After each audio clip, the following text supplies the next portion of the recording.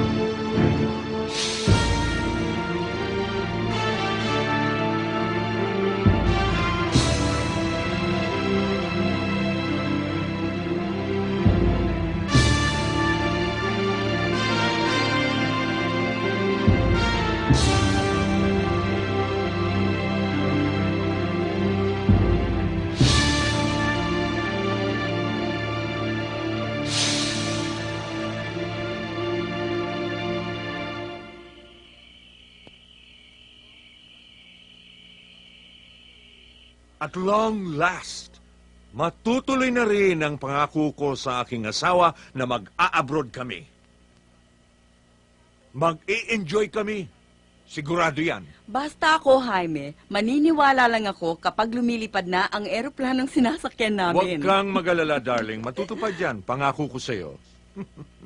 Judge, kailan niyo naman binabalak umalis? Well, as soon as matapos namin ang iyong asawa ang finalities ng mga kasong na-desisyonan ko na. And I thank God because of Delia's efficiency as my clerk of court, hindi ako nagka-problema sa review ng mga kaso. Ay nako, Judge, reflection mo lang naman kami. Ang buong staff ng Branch 87 ay inspirado sa pagiging devoted at sincere mo sa judicial system. Kahit kailan, hindi kayo naging tiwali sa mga paghahatol ninyo. Thank you very much. Nakakalungkot naman isipin ang pagre-retiro nyo, Judge. Sana'y tulad nyo rin ang papalit sa pwesto nyo. Thank you too. Iba talaga kayo, Judge. Dapat mas magaling ang pumalit sa inyo. Higit sa lahat, Judge, kailangan marunong makibagay sa mga tao niya. Thank you very much. I appreciate that. Thank you. Siya nga pala, Kathy. Anong year ka na? First year high school po, Judge, sa San Carlos University. Oh, that's a good school, huh? Very good. Pagdating ng panahon, Jaime, may abogada ka na. Abogada nga sana kung hindi naluloko sa paglalaro ng Game & Watch. Tayo naman, naglalaro lang naman po ako pagkatapos kong gawin yung mga assignments ko. Oo nga naman, Jaime. Top 10 si Cathy sa school. Star section pa. Oo Ano ka nga ba po. naman? Oh, Judge, kinakampihan pa ng ina. Judge, nakahanda na pong hapunan. Oh, come on. Let's all have dinner. Tayo na. Kathy, Delia.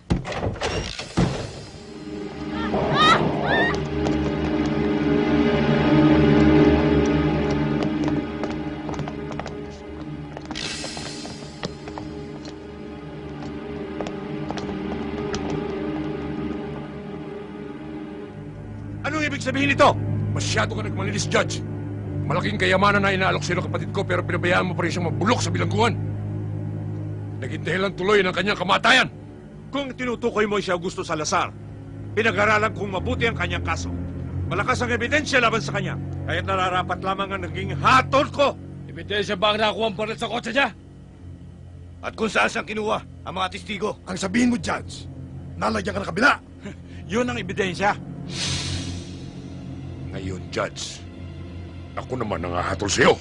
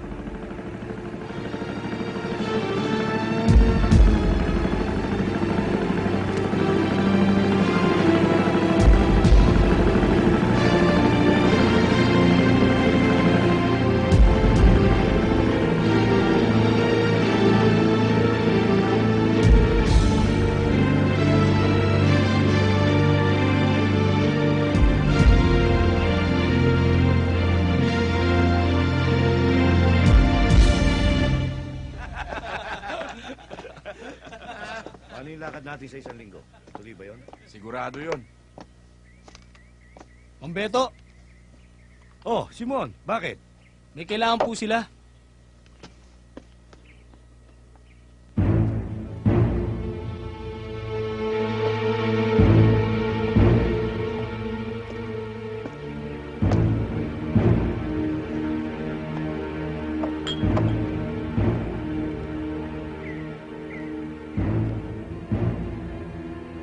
May sadya ka raw, ma'am.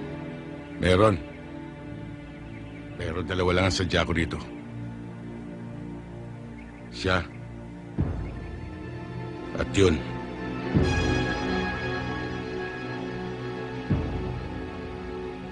Bakit? Anong kailangan mo sa amin? Maaaring hindi nyo na ako namumukan. Dahil may 2 taon nang nakakaraan. Sa bahay ni Judge Di Mayuga. Ako lang ang natirang buhay.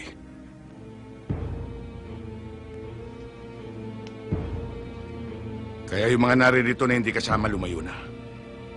Dahil papatayin kong 2 ito eh.